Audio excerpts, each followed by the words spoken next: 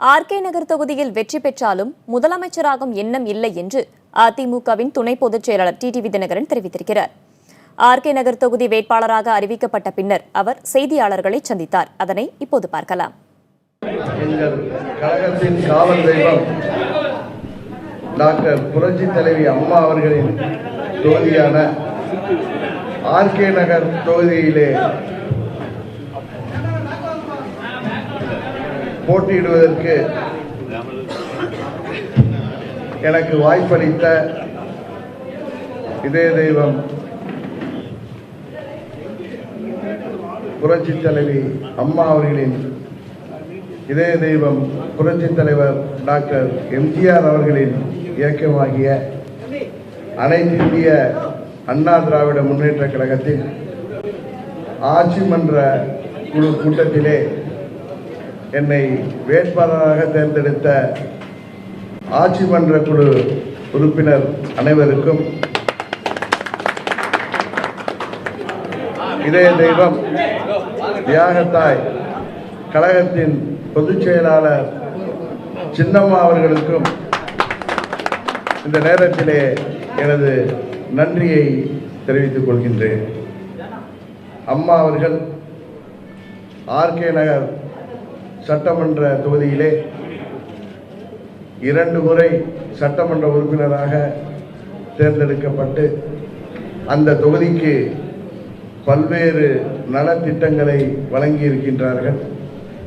அம்மா அவர்கள் 2016 அந்த தொகுதியிலே தேர்ந்தெடுக்கப்பட்ட பிறகு சட்டமன்ற உறுப்பினராக தேர்ந்தெடுக்கப்பட்ட பிறகு அவர் என்னென்ன நலத்திட்டங்களை அந்த தொகுதி மக்களுக்கு வழங்கி வந்தாரோ, என்னென்ன திட்டங்களை வழங்க வேண்டும் என்று அம்மா அவர்கள் நினைத்திருந்தார்களோ அவற்றையெல்லாம் ஆர்கே நகர் தொகுதி மக்களுக்கு தொடர்ந்து நிறைவேற்றிட அம்மா அவர்களின் எண்ணங்களை நிறைவேற்றிடுவதற்காக அனைத்து இந்திய அண்ணா திராவிட முன்னேற்ற கழகத்தின் வேட்பாளராக நான் போட்டியிடுவதை பெருமையாக கருதுகிறேன்.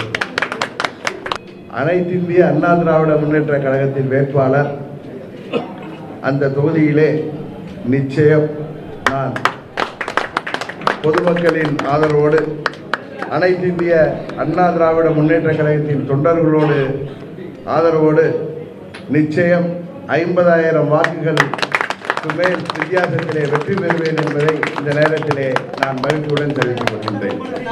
எங்களை பொறுத்தவரை எங்களுக்கு எதிர்க்கட்சியாக நாங்கள் நினைப்பது திராவிட முன்னேற்ற கழகத்தை தானே தவிர மற்ற வேறு எந்த ஒரு நபரையோ அல்ல எந்த ஒரு குழுவையோ நான் நிச்சயம் நாங்கள் எங்களுக்கு எதிரான வேட்பாளராக நாங்கள் கருதவில்லை.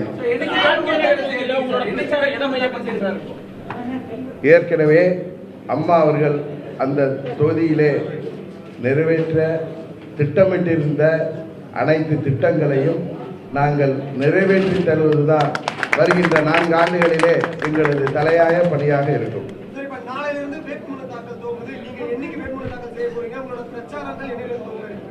வேட்புமனு தாக்கல் வருகிற 23ஆம் தேதி நாங்கள் வேட்புமனு தாக்கல் செய்வோம். வருகின்ற காலங்களில் எந்த ஒரு தேர்தலிலும் அனைத்து இந்திய அண்ணா திராவிட முன்னேற்ற கழகம் இரட்டை இலை சின்னத்தில் தான் போட்டியிடும் என்பதை இந்த நேரத்திலே உங்களுக்கு கூற கடமைப்பட்டிருக்கின்றேன்.